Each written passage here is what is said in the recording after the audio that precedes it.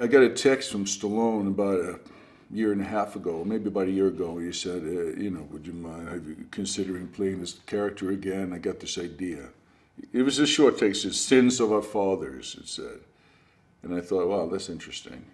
And since it came from him, I was very interested in it. And I never thought I'd play the character again, of course. I thought he was going to live in the past, wearing those, Soviet trunks back 33 years ago. But yeah, I got excited about it, and I think the excitement grew as it got closer, and especially since after I met Steven Capel, the director, and read his draft of the script.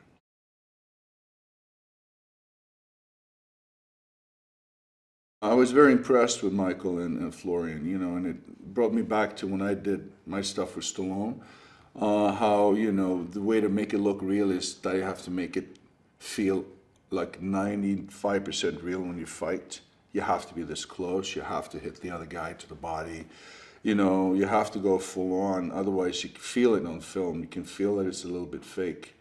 And these guys went at it full on, and I think the difference between this fight and Rocky IV is that this is even more authentic.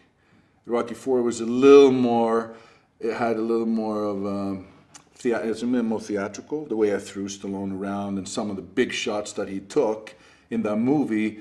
It works in that picture, but obviously, in this one, it would be a little over the top.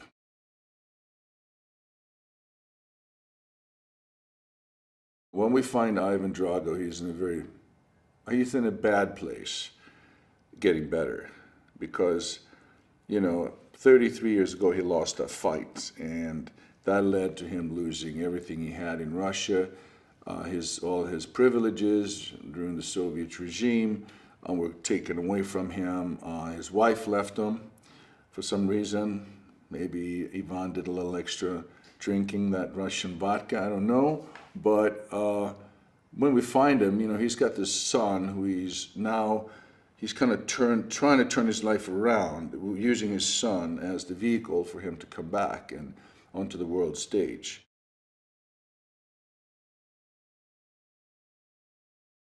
I saw Florian's picture, Sly sent it to me, and he was cast. He was going to cast him, and I thought he looked good. And I wasn't sure at first, because I kind of envisioned somebody blonde or looking like kind of like a mini Dolph kind of guy. Not mini, but young Dolph guy. But this works really well. And Florian and I have some kind of connection that goes beyond the physical, the resemblance. It's not so much about that. It's something else that I think we work really well together. But I thought it was a great choice. Stallone is smart. He picked the right guy.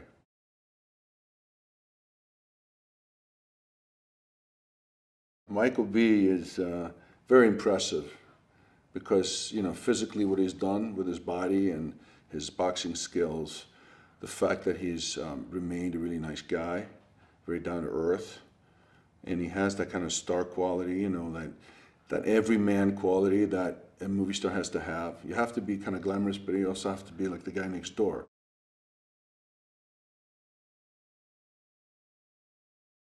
Steven Capel, yeah, oh, what a talented director he is. I mean, I love working with him. I liked him from the first moment I saw him. When we met at the MGM, I could tell in 1 minute that he was going to be great for this picture. And, the way he's written me and Florian's characters. Hey guys, here's today's Daily Fact. Now, there will be blood disrupted shooting for No Country for Old Men. In 2007, they filmed in the same area of Marfa, Texas, which created issues when a pyrotechnical test for There Will Be Blood created a huge smoke cloud that got into the shot for No Country for Old Men. Joel and Ethan Coen had to wait for it to dissipate before they could get back to shooting. Now remember to click here below to subscribe for more great content and on the side for another video.